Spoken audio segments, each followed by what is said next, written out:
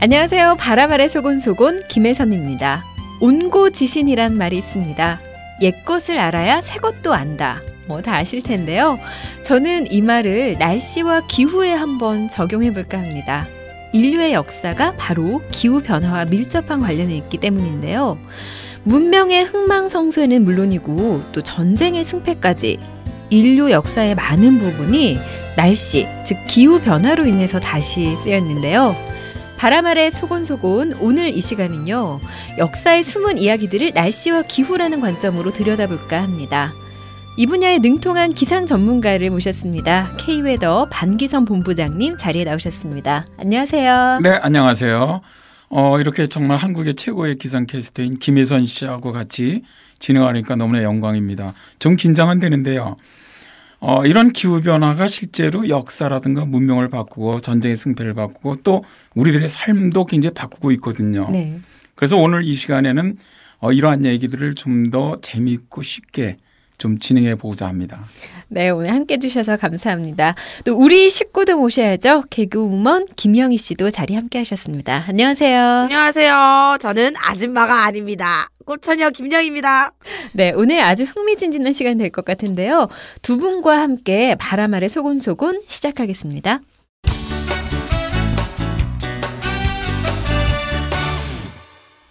본부장님 기상 예보만 30년 넘게 해오셨잖아요. 기상에 대해서 정말 박사님이실 것 같은데 먼 옛날에는 본부장님 같은 역할을 누가 했나요? 고대에는 지금의 슈퍼컴퓨터 같은 관측기구는 물론이지만 네. 우리 이제 혜선 씨 같은 이렇게 아리따운 기상캐스터도 네. 없었죠. 그들에게는 이제 자연재해에 대한 불만과 공포를 해소해주는 주술사가 있었습니다. 그런데 이제 문제는 주술사는 기상현상에 대한 설명을 하지 못했다는 거죠. 그래서 이때 등장한 사람들이 그리스 로마 철학자들인데요. 기원전 헤시도스가 높은 구름 속에서 두루미가 그의 첫 울음소리를 언제 울리는지 주의하라. 그것이 밭을 갈라는 신호요. 우계의 전조다라는 기록을 남겼는데 그냥 두루미가 언제 처음 우는지 이런 걸로 지금 생각하면은 있을 수도 없는 네, 그렇죠. 네. 사실은 과학적으로는 그렇게 근거가 있는 말은 아니죠. 네. 그러나 이제 그 당시에 최초로 이제 이런 기상에 관한 논리를 제공했던 사람인데 네. 이런 기상 이론을 처음으로 집대성해서 사상청으로 기상학책을 저술한 사람이 알렉산더 대왕의 스승이기도 했던 아리스토텔레스입니다. 아리스토텔레스. 네네. 네. 기상학이라고 이름 붙인 그의 책에서 오늘날 기상학, 우리가 이제 미티어럴러지라고 부르죠. 네. 이런 말이 유래를 했습니다. 아리스토텔레스를 시작으로 해서 지금의 저도 있고 우리 김혜선 씨도 네. 있게 된 셈이죠. 본부장님, 저도 있어요. 섭섭할 뻔했네 정말. 그러니까 아주 먼 옛날에도 번개가 치고 태풍도 오고 그랬단 말씀이네요. 그렇다면 이런 기상을 관측할 수 있는 장비도 있다는 건데 장비를 이용한 기상 관측은 언제부터 시작됐나요? 기상 관측을 하기 위한 기구가 최초로 만들어진 것은 한국의 추구기입니다. 추구기. 네, 아주 자랑스럽죠. 네. 추구기는 조선 세종 23년에 만든 세계 최초의 우량계로 서울뿐만 아니고요. 각 지방에도 설치를 해서 강우량을 측정했습니다. 근데 이제 서양에서 기상 관측기가 최초로 만들어진 것은 1592년 갈릴레오 갈릴레이에 만들어진 온도계입니다. 그럼 우리나라가 서양보다 한 150년 이상 먼저 세계 최초의 기상 관측 장비를 만든 거네요. 네, 그렇습니다. 우리 조상님들 진짜 너무 존경합니다. 네. 이런 기상 관측 기구들이 점점 발전하면서 과거의 기후들이 자세히 드러나고 있는데요. 기후의 관점으로 인류사를 한번 들여다보니까 정말 흥미로운 이야기들이 많습니다. 이 기후 변화가 굵직굵직한 인류사에 또 영향을 줬다고요? 네, 그렇습니다. 이제 소리 소문 없이 사라진 인류의 찬란한 문명들도 모두 기후변화와 관련이 있었습니다. 기원전 2350년경, 그러니까 이제 지금으로부터 한 4300년 전이죠. 네네. 메소포타미아 지역에서 세계 최초 도시국가가 탄생을 합니다. 약 100년 동안 번성을 누렸던 아카드 제국인데요. 네. 어느 날 갑자기 역사에서 사라졌습니다. 아카드 제국의 멸망은 역사가들에게는 미스터리였습니다. 왜 사라졌을까요? 네네. 그러다 보니까 이제 신화에서는 네. 아카드의 4대 왕인 나람 신왕의 오만으로 신이 징벌을 내려 망했다고 이제 전해질 뿐이었는데요. 네. 이제 그러던 것이 1993년에 마침내 미스터리가 풀렸습니다. 유럽의 학자들이 아카드 제국의 도시에서 토양의 수분을 최첨단 과학 기법으로 분석을 해봤더니 그 결과 지금부터 4200년 전부터 약 300년 동안 건조로 인한 극심한 가뭄이 출현했던 흔적을 찾아냈습니다. 가뭄 때문에. 네네. 네. 그러니까 이제 바로 아카드 제국은 기후 건조로 말라붙어 버린 것이죠. 그러니까 아카드 제국이 기후 변화의 첫 희생양이었습니다. 이 세계 최초의 제국이 결국에는 기후 변화로 사라진 최초의 제국이 돼버렸네요. 네네. 그러면 이 고대 역사에서 기후 변화의 희생양이 아카드 제국 한 곳뿐이었나요? 아닙니다. 그렇지는 않습니다. 네. 또 다른 인류 문명들에도 아주 치명타를 날렸는데요. 네. 대표적인 문명이 마야 문명입니다. 이제 고대 문명 중에서 가장 수수께끼 문명으로 알려져 있죠. 네, 그렇죠. 이제 마야 문명은 태생부터가 아주 다른 문명하고는 아주 다른데요. 예를 들어서 강과 토지와는 거리가 먼 열대 밀림의 자리를 잡았고요. 네. 숫자 0을 최초로 이해하고 천문학적 지식은 더욱 놀라울 지경입니다. 1년을 365.24201이라고 했을 정도로 2420일까지. 네. 소수점 4자리까지. 네. 이거는 지금도 참 하기 어렵거든요. 그렇죠. 네. 그런데 참 몇천 년 전에 이 소수점 4자리까지 정확하게 네. 했을 정도로 과학도 발전을 했고요. 네. 그런데 이런 화려했던 문명이 900년경에 갑자기 흔적도 없이 사라졌습니다. 갑자기. 네네. 원래 마야인들이 외계인이었다는 이런 이야기들이 많았잖아요. 혹시 외계인들이 데려간 거 아닐까요? 전염분 때문이다. 이민족 침입 때문이다. 이제 그동안 여러 주장들이 있어 왔는데요. 아무도 정답을 알지는 못했죠. 그런데 이제 최근에 고기후학이 발전하면서 마야 문명이 사라지는 원인이 밝혀졌습니다. 뭐 때문이었나요? 궁금하시죠? 네. 조금만 들어보시죠. 네. 2003년 스위스의 지질학자 게랄드 H. 하우크 박사팀이 마야 문명 유적지 근처의 바닷속 퇴적물을 조사해 봤습니다. 네. 그랬더니 마야 문명 유적지 땅에는 티타늄이 굉장히 많다는 것을 밝혀냈습니다. 따라서 이제 유적지 지역에 비가 많이 온 해는 이런 퇴적물에 티타늄이 많이 포함되고 가뭄에는 양이 줄어든 것을 알 수 있었는데요.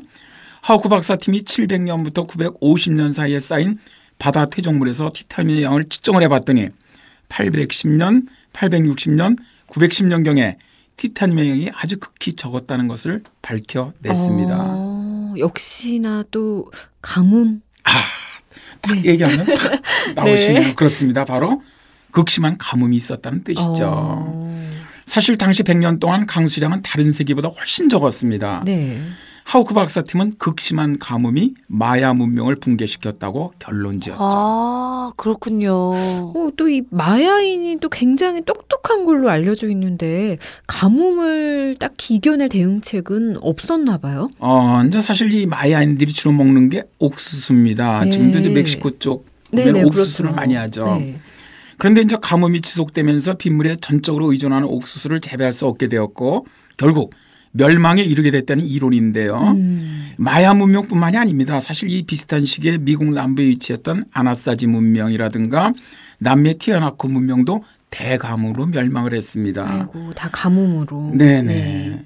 사하라 사막 아시죠? 네네, 알죠. 지금은 사막이지만 원래는 이곳이 아주 푸른 숲과 나무로 가득 찼던 곳입니다. 그런데 3,000년 전부터 닥친 가뭄으로 사막으로 변했죠. 고고학과 기후학은 이 시기의 가뭄이 바로 침묵의 살인자였음을 보여주고 있습니다.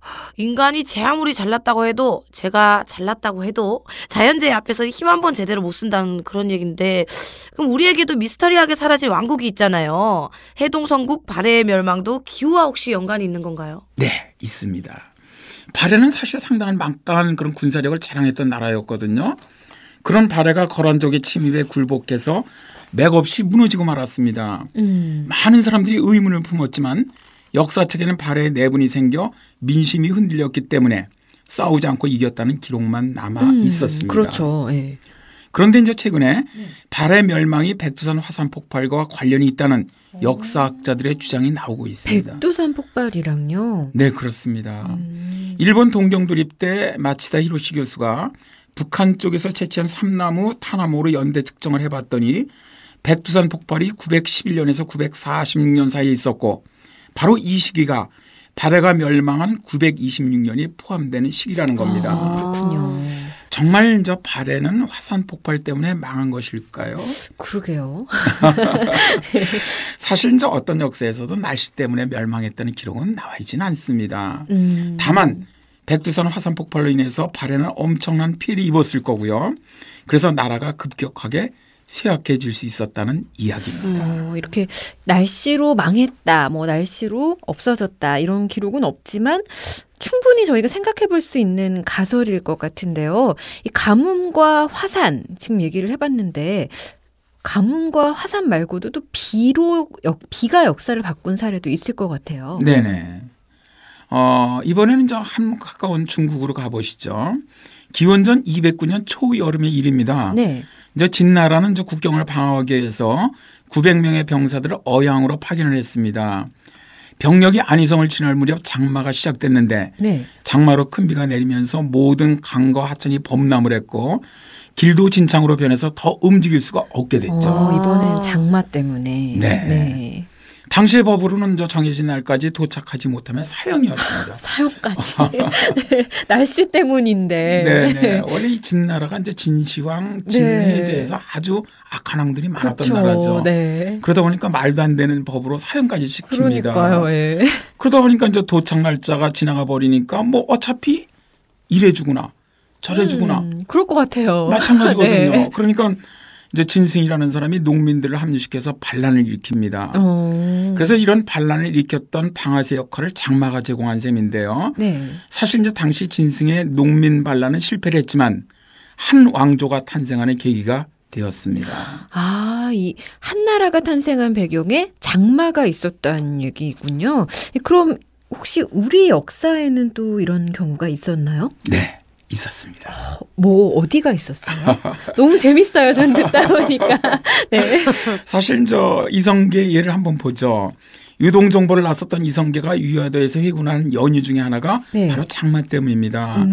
장마철의 무더운 날씨 비로 인해서 전쟁을 제대로 칠 수 없다는 핑계를 대고 명나라로 향할 군사를 고려로 돌림으로써 결국에는 고려를 무너뜨리고 조선을 세우게 되죠. 이성계가 조선을 세우는데 어찌됐든 바로 이 장마가 굉장히 큰 역할을 했던 겁니다. 야, 진짜 학창시절 역사 시간보다 더 흥미진진합니다. 제가 그때 이렇게 공부를 했더라면요. 아마 인간 김영의 역사도 달라지지 않았을까요?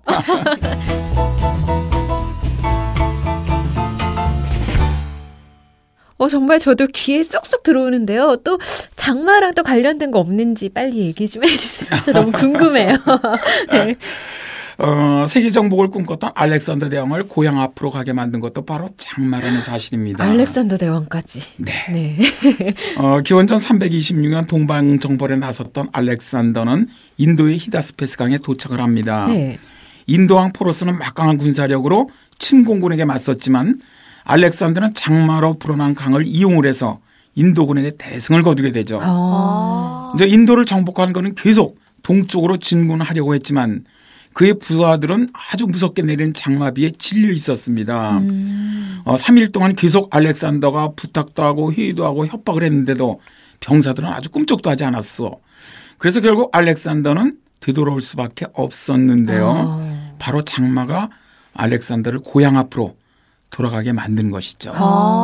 그렇군요. 이 장마는 동북아 지역에 나타나는 좀 특이한 기후잖아요. 근데 역사를 돌아보니까 그 위력이 정말 가뭄 못지 않은 것 같습니다. 정말 엄청 대단하죠. 대단한 것 같네요. 싸움은 힘센 놈이 무조건 이기는 줄 알았거든요. 날씨가 복병이었네요. 전쟁의 승패를 가른 날씨 이야기 또 없나요? 너무 재밌어요. 세계를 제패한 몽골의 두 번의 침략을 막아내고 아주 유일하게 정복되지 않은 나라가 일본인데요. 네, 13세기 여몽연합군을 태풍의 도움으로 일본이 물리치게 됩니다. 태풍의 도움으로 이긴 일본인들은 신이 자기들을 돕기 위해서 태풍을 보냈다고 믿고 있거든요. 또 몽고의 침략을 받은 나라 중 유일하게 정복당하지 않았다는 자부심이 역사에서 그들의 아주 큰 자랑거리로 남아 있습니다. 또한 신이 보낸 바람이라는 뜻의 가미가제라는 이름은 이제 일본 민족 신앙의 근거가 되었고요. 가미가제. 네, 가미가제. 네, 그렇습니다. 태평양 전쟁 때는 일본군 자살 특공대 이름으로 사용되기도 했죠. 네. 이 역사 속에 기후와 관련된 이런 얘기들이 숨어 있었다니까 갈수록 정말 흥미진진한데요. 여기서 잠깐 쉬어갈까 합니다. 날씨는 인류의 모든 것을 지배한다고 아리스토텔레스가 그랬죠. 날씨는 인간의 감정까지 침투합니다. 특히 일조량이 부족한 이맘때에 특별히 유념해야 할 게 있다고 하는데요. 안윤상 씨 나와주세요. 국내 정상급 스타들과 함께하는 안윤상의 그때그때 달라요. 기후변화가 인간의 역사만 바꾸느냐? 인간의 체형도 바꿔놓죠. 이번 시간은 가을 식탐으로 다이어트에 실패하고 있는 배우 오광록 씨의 사연과 함께 시작합니다. 먼저 노래 한 곡 듣고 시작해볼게요. 여수 밤바다 이 조명에 담긴. 야, 이상하다. 날씨가 쌀쌀하고 흐린 가을 추적추적 막 비가 내리니. 야, 막걸리에 파전. 야, 생각난다. 아, 이상하지? 아무리 먹어도 식욕이 멈추지 않아. 아, 주말에도 먹기만 하면서 이렇게 보낼 순 없는데. 야.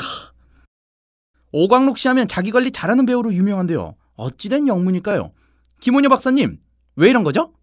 야, 그렇게 먹으면 안 돼. 형님이 왜 그렇게 식탐이 많아졌는지 먹어도 또 먹고 싶은지 이게 다 일조량하고 관계가 있어요. 가뜩이나 짧은 가을인데 요즘 기후변화 때문에 가을이 더 짧아졌잖아. 날씨가 구려. 그러면 잔뜩 끼지. 맑은 날 구경하기가 막 되게 힘들어졌어요. 여기야 비까지 오면 단 것이 당기고 식탐 본능이 막 살아난다니까. 왜 그런지 알아?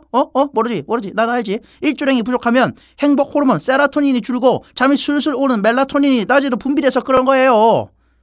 아, 그렇군요. 오광록 씨, 원인이 있었네요. 지금 기분 어떠세요? 야, 짜증난다. 가을은 남자의 기적이라고 했던가? 우울하다. 아, 우울해. 안 돼. 맨날 그렇게 짜증난다, 우울하다 입에 털고 살면 안 돼. 짜증날 때 짜장면, 우울할 때 울면 이러다가 진짜로 짜장면 되는 수가 있어요. 그런데 나도 남자라 그러는지 가을 타요. 아이고, 형님, 저 방법 없을까요? 예, 송강호입니다. 내가 말이야, 그 산에 있을 때는 먹고 싶은 대로 먹는 거 상상도 못했어. 그 사치지. 이럴 때일수록 바쁘게 움직여. 친구도 만나고, 나처럼 말을 많이 하든가, 특히나 기후 변화로 가을이 짧아지면서 햇빛 볼 시간 많이 부족하잖아. 그 자전거도 타고 산책도 나가고 그 조깅 해봤나? 한강 동네 공원 냅다가 막 가르질러. 뛰어 막 그냥. 그럼 풀려 이게. 기분도 풀리고 그 식탐이 싹 사라지지 이게. 네, 안윤상과 함께하는 그때그때 달라요. 태풍주의보보다 더 무섭다는 가을 식욕주의보. 최선의 비법이 햇빛에 있다고 하니까요. 점심시간이나 또는 주말을 이용해 야외 활동 시간을 늘려보는 게 좋을 것 같습니다. 스타와 함께 알아보는 그때그때 달라요. 지금까지 안윤상이었습니다.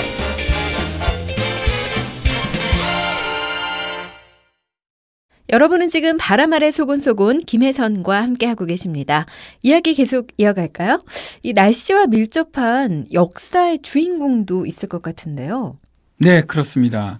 우리나라만 보더라도 조수를 이용해서 명량해전을 승리로 이끈 이순신 장군이 있고요. 네. 로마 진군을 계획한 한니발은 알프스의 눈을 계산에 넣었지만 모스크바를 침공한 나폴레옹과 히틀러는 러시아의 큰 눈을 염두에 두지 않았기 때문에 결국 실패로 돌아갔습니다. 여기서 또 재미있는 이야기가 있는데 세계 명장 나폴레옹은 등장부터 기후변화와 연관이 많았습니다. 어떤 얘기인가요? 든든한 그 당시에 백그라운드가 없었던 나폴레옹을 등장시킨 사람이 조세핀. 네. 맞죠? 네. 빙고입니다. 네, 맞습니다. 이 나폴레옹과 조세핀이 결혼하게 된 것도 결국 날씨 때문이었거든요. 당시 이제 프랑스령 서인도 제도에 불어닥친 허리케인으로 조세핀이 집안이 쑥밭이 되었고 그녀는 가난을 피해서 파리로 가서 사교계의 여왕이 되었습니다. 나폴레옹은 출세의 지렛대로 조세핀과 우여곡절 끝에 결혼했는데요. 네. 나폴레옹이 무려 27살. 지금 같으면 군인으로 말하면 중2 정도입니다. 네. 그런데 이탈리아 원정 사령관에 자리에 오르거든요. 네. 바로 이게 조세핀의 결정적인 도움 때문이었습니다. 다시 말하면 유럽의 소빙기 기후가 나폴레옹을 세계사에 등장시킨 것이죠. 아, 그러니까 허리케인이 없었다면 조세피는 고향에서 평범하게 살았을 것이고 나폴레옹 또한 그녀의 힘이 없었더라면 황제가 되지 못했을지도 모를 일이었네요. 아, 그러고 보니까 저도 그런 운명의 사람을 만나고 싶다는 생각이 드네요. 저도 이 날씨에 관련된 일을 하는 사람으로서 그런 운명적 사랑 한번 해보고 싶은데요. 이 나폴레옹처럼 날씨 덕을 본 대표적인 사례들이 역사적으로 또 꽤 있을 것 같은데요. 네, 이제 바이킹족들도 날씨 덕을 봤는데요. 바이킹은 중세 온난기가 찾아오자 해양에 진출해서 유럽 대륙은 물론 아이슬란드, 그린란드, 북미 대륙까지 정복과 탐험에 나섰죠. 빙하가 없는 조용한 바들은 그야말로 자기 집 앞마당에서 노는 곳에 다름 아니었거든요. 네. 서유럽에서 악명을 떨친 바이킹들은 천연 자석이나 나침반을 사용하면서 북쪽으로는 극지역까지, 서쪽으로는 그린란드와 뉴펀들랜드까지, 캐나다 베핀섬의 북극계까지 탐험했던 것으로 전해지고 있는데요. 네. 이런 기후온난화가 바이킹들이 맹활약하게 함으로써 유럽의 지도를 뒤바꿔 놓은 것입니다. 그러니까 기후변화가 추위에 웅크리고 있던 바이킹을 세계사 속으로 콜한 거네요. 아, 민족의 운명이 확 바뀌었다 이건데 이거 잘된 케이스고 안 된 케이스도 있겠죠? 그렇죠. 19세기 아일랜드에서 감자잎 마른병이 발생을 했습니다. 그런데 이때 전국에 걸쳐 바람이 불었고 마른병이 바람을 타고 급속도로 퍼져나갔습니다. 이 때문에 아일랜드의 주식이었던 감자 생산량이 줄고 뒤이어서 대기근이 찾아오면서 아일랜드를 휩쓸었습니다. 결국 아일랜드 사람들은 살아가기 위해서 정든 고향을 떠날 수밖에 없었죠. 아이고. 이렇게 세계사를 쥐락펴락한 날씨와 기후 이야기를 나누다 보니까요. 벌써 19세기까지 왔습니다. 기후변화는 어제 오늘 일이 아니라 계속 식었다 뜨겁다를 반복해 왔는데요. 문제는 21세기에 일어나고 있는 기후변화입니다. 또 예전과는 다르게 뭔가 빨라지고 양상도 다양해지고 있습니다. 그렇군요. 그렇습니다. 이제 이게 키 포인트거든요. 네. 네. 예전의 기후변화와 지금이 다른 것은 주범이 인간이라는 점. 그렇죠. 이제 과거 바이킹에게는 이루었던 기후변화가 지구상의 다른 민족에게는 다른 차원으로 다가오고 있습니다. 지구온난화로 해수면 상승이 문제가 되고 있는데요. 가장 직접적인 피해는 육지가 물에 잠긴다는 거죠. 아, 제가 신혼여행지로 찜해놓은 몰디브가 물에 잠기고 있다는 소식을 제가 자주 접했거든요. 결혼도 아직 안 했는데 이거 진짠가요? 신혼여행지로 선택을 하셨다면은 뭐 지금은 아직은 괜찮습니다. 아, 다행이네요. 아. 저도 몰디브 가보고 싶었는데. 아직은 괜찮습니다. 이제 예상으로는 뭐 한 2, 30년 후를 보고 있거든요. 아, 2, 30년 안에 빨리 결혼을? 사실은 저 몰디브 말고도 해수면 상승 얘기만 나오면은 등장하는 섬이 바로 투발루죠. 네, 그렇죠. 사실은 저 문제는 지구온난화를 가져와서 해수면 상승을 유발하는 온실가스 배출이 지금 중단되더라도 피드백되는 시간의 영향으로 투발루나 몰디브의 구원 가능성은 거의 없다고 과학자들은 말하고 있습니다. 네. 투발루의 그 자매 환초 그룹인 키리바시, 마셜 제도, 토켈라우 그리고 제일 큰 군도인 몰디브 제도도 형편은 아주 비슷하거든요. 네. 50만 명 가까이 되는 이 5나라의 사람들은 새로운 땅을 찾아서 나가야 하는 그런 기후난민이 될 거라고 예상하고 있습니다. 이 삶의 터전이 바닷속에 가라앉으면 어떨까 정말 막막한데요. 생각만 해도. 해수면 상승이 조만간 세계 지도를 좀 바꿀 것 같아요. 이러다가. 맞아요. 그렇습니다. 현재 해수면 상승으로 해안선 200km 이내에 거주하는 세계 인구의 절반이 위협을 받고 있는데요. 네. 방글라데시 1,700만 명이 주로 해안 취직 때문에 고향을 떠나고 있는 상황입니다. 현재. 과학자들은 이제 금세기 말에는 해수면이 4에서 한 5m 정도 상승할 가능성이 높다는 이론을 내놓고 있거든요. 4에서 5m까지. 네, 엄청난 겁니다. 사실 이 정도면은. 정말 어른 키에 뭐 두서너 배는 될 정도가. 네. 지금 해수면이 1m만 상승을 해도 1억 명 이상의 기후난민이 발생되거든요. 네. 또 런던이라든가 카이로, 방콕, 베니스, 뉴욕, 상해 같은 주요 도시들을 위험에 빠뜨릴 수 있습니다. 1m만 상승을 해도. 네. 그런데 4 내지 5m라면 이건 뭐 엄청난 것이죠. 그렇죠. 환경정책평가연구원의 연구 결과를 MBC에서 보도한 내용을 보면 네. 우리나라 같은 경우도 해수면이 1m 상승할 때 국내 최대 산업단지인 부산 녹산공단이 상당한 피해를 입을 것이라고 합니다. 남의 일 같지가 않아요. 네, 해수면이 75cm 올라가면 공단 지역의 절반가량이 침수되고 1m 상승하면 해안선에서 내륙 1.5km까지 그러니까 공단의 90% 이상이 바닷물에 잠긴다는 겁니다. 아, 이런 책 있잖아요. 죽기 전에 꼭 가봐야 할 여행지 베스트 10. 그런데 이제는 사라지기 전에 꼭 가봐야 할 여행지라는 책이 곧 출간될 것 같습니다. 네, 이 지구 온난화는 세계 지도를 바꿀 뿐만 아니라 생태계, 농업, 또 트렌드는 물론이고 우리가 즐겨 먹는 먹거리 지도도 바꾸고 있습니다. 김영희 씨가 알려준다고 하는데요. 함께 들어보실까요?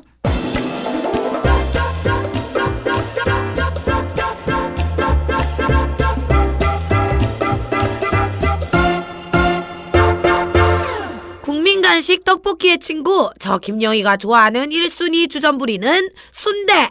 그런데 지구온난화로 기온이 상승하면 순대값이 오른다는 거 아세요? 높은 기온에 가장 적응을 못하는 동물이 바로 꿀꿀꿀 돼지라는 거 아닙니까? 기온 상승기에 돼지를 키우기 위해서는 돈이 많이 들게 마련이고 돼지값이 오르니 당연히 순대값도 오를 수밖에요. 아, 저 계속 순대 먹고 싶은데 어쩌나요?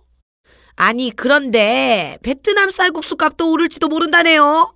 베트남의 주요 쌀 재배 지역은 지대가 낮은 메콩강 주변에 위치해 있잖아요. 해수면이 약간만 높아져도 쌀 생산은 불가능하다 이거 아닙니까? 베트남 쌀국수 비싸지면 아니래요. 그뿐만이 아닙니다. 노란 국물의 주인공 카레도 못 먹게 생겼어요. 카레의 원료가 울금인데 울금은 인도 등의 열대, 아열대 지방에서 자생하죠. 기온 상승으로 울금 생산이 줄어들고 있답니다. 인도하면 카레, 카레하면 3분 카레. 그런데 이제 3분이 뭡니까? 카레 먹으려고 평생을 기다려야 할지. 음식뿐이겠어요. 술은 어떤지 아세요? 기후변화로 보드카 원료인 감자나 호밀의 가격이 쭉쭉 올라가고 있다 아닙니까? 보드카는 이제 눈으로만 마셔야 할지도 모른다고요. 프랑스의 상징인 와인 역시 명성이 추락하고 있죠. 지구온난화 때문인데요. 날씨가 따뜻해지다 보니 북유럽도 따뜻해지고 이러다 와인 종주국 프랑스가 북유럽 바이킹들에게 왕관을 내주게 생겼어요. 또 맥주의 본고장 독일 맥주도 전설로 사라질 위기에 놓였습니다. 명품 보리 생산량이 감소하면서 독일 맥주 생산량이 확 줄여버렸대나 뭐래나. 조만간 독일 맥주 축제는 사진으로만 추억하게 될지도 모른다는 말씀. 주머니 가벼울 때 먹을 수 있는 간식들은 물론이고 사람들과 기분 좋게 술 한잔 건네는 우리의 평범한 일상이 기후변화로 인해 사라지는 거 여러분도 싫으시죠? 그러니까 이제는 좀 달라집시다.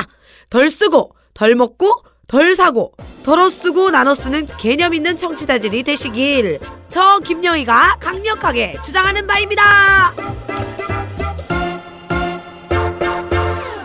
저는 이 퇴근 후에 친구들이랑 치맥 있잖아요. 아, 치맥 좋죠. 가끔씩 이 맥주를 마시는데 네. 또 걱정이 맥주는 좀 사라지지 않았어요. 소주가 있잖아요. 하는데요. 이 기후 변화는 과거에도 그랬고 지금 이 시간에도 인류의 모든 것에 영향을 미치고 있잖아요. 이 기후 변화에 대응이 참 중요한 시점이 아닐까 싶은데요. 네네. 인류의 역사에서 현명한 대응 사례들을 좀 찾아볼 수 있지 않을까요? 다시 한번 바이킹 얘기를 해보죠. 네. 이제 바이킹이 그린란드에 식민지를 세워서 450년간 지배를 했는데요. 네. 온난기가 끝나고 소빙하기가 닥치면서 기후가 한랭해지고 빙산이 늘고 해수 온도가 낮아지면서 물고기들이 찾아오지 않게 됩니다. 그러면서 어느 날 그린란드의 바이킹들이 역사 속에서 사라졌죠. 고고학자 토마스 맥거버는 이런 말을 남기기도 했습니다. 너무 추워졌고 그래서 모두가 죽었다. 아, 그렇군요. 지구 온난화로 인해서 흥했다가 뭐 이제 소빙기로 인해서 망했다가 이런 경우네요. 네, 그렇습니다. 그런데 이제 이러한 똑같은 환경에서 살아남은 사람들이 있습니다. 북극의 에스키모라 불리는 이누이트족인데요. 이누이트족은 북극권에서 가혹한 기후를 이겨내는 방법을 터득해 왔습니다. 그러니까 이제 추워지는 소빙항해로 바뀌면서 네. 위기가 닥치자 이들은 기후변화에 더욱 적극적으로 적응을 했습니다. 사냥 방법을 바꾸고요. 어려운 시기에 살아남는 방법인 공동체 협력을 강화시켰습니다. 바이킹들이 추워지는 기후에 속수무책으로 죽어가는 반면에 이누이족들은 살아남았죠. 이렇게 또 보다 보니까 최악의 기후 조건에서도 꼭 살아남는 동식물이 있었네요. 이 기후 변화에 어떻게 대응하고 적응하냐가 참 중요하다는 생각이 드는데요.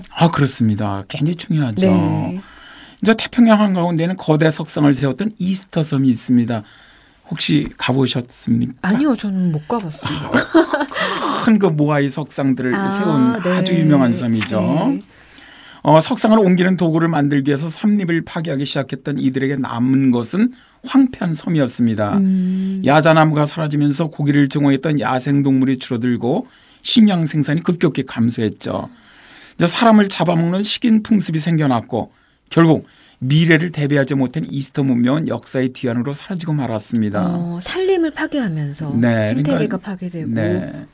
그 당시에 여러 가지 기후 변화가 있었다고 보는 것이거든요. 네네. 엘니뇨라든가 이런. 네. 이제 중요한 것은 그런데 위기 때 이렇게 이스터 섬처럼 다 멸망하지는 않는다는 겁니다. 티코피아도 바다 한가운데 외따로 떨어진 섬인데요. 거의 모든 것을 자급자족해 했던 그들은 자원을 아주 세밀하게 관리를 했고 인구 규모를 적절한 선에서 조절하는 데 성공을 합니다. 그러다 보니까 심각한 기후 변화가 수십 번도 더 닥쳤을 3,000년이 지난 지금까지도 티코피아는 아주 비옥한 땅으로 남아 있습니다. 자, 이제 이스터 섬과 티코피아는 우리들에게 많은 것을 이야기를 해줍니다. 네. 누가 미래를 준비했느냐. 이것이 이제 과거가 현재의 우리에게 주는 교훈이라고 할 수가 있죠. 정말 역사는 미래를 비추는 거울이라는 말이 있잖아요. 과거의 사례를 저희도 거울 삼아서 미래에 대비하는 자세가 필요할 것 같습니다.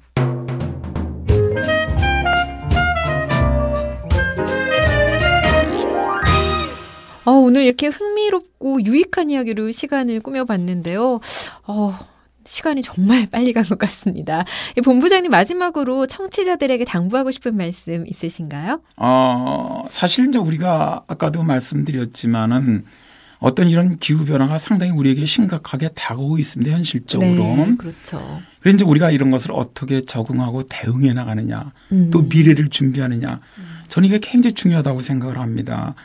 그래서 이런 부분에서 이제 국가뿐 아니고 또 국민들이 같이 합심을 해서 정말 최선의 방법으로 대응해 나가는 그런 노력들이 가장 필요하지 않겠느냐 그런 생각을 해봅니다. 네, 김영희 씨도 한 말씀 해주시죠. 네, 저도 기후, 날씨라고 하면 뭐 춥다, 덥다 이 정도만 알고 있었는데요. 이렇게 역사까지 바꾸게 될 줄은 저도 몰랐습니다. 정말 좋은 정보를 알고 가는 그런 좋은 시간이 아니었나 싶은데요. 네, 오늘 함께 해주셔서 감사하고요. 두 분과는 여기서 인사하겠습니다. 손목시계, 탁상시계, 괴종시계 이렇게 시계의 종류는 여러 가지입니다. 근데 여러분 혹시 남아있는 지구의 시간을 알려주는 시계가 있다는 거 알고 계시나요? 12시에 가까워질수록 위험해지는 이른바 지구 환경시계입니다. 2012년 현재 지구의 시각은 9시 1분. 지구의 멸망을 뜻하는 12시까지는 2시간 59분이 남았습니다. 시간이 많지 않다는 말인데요. 근데 다행인 건 이 환경시계는 일반 시계와는 달리 시간을 되돌릴 수 있다는 겁니다. 바로 여러분의 힘으로 말이죠. 바람 아래 소곤소곤 김혜선입니다. 다음 시간에도 많은 청취 부탁드릴게요.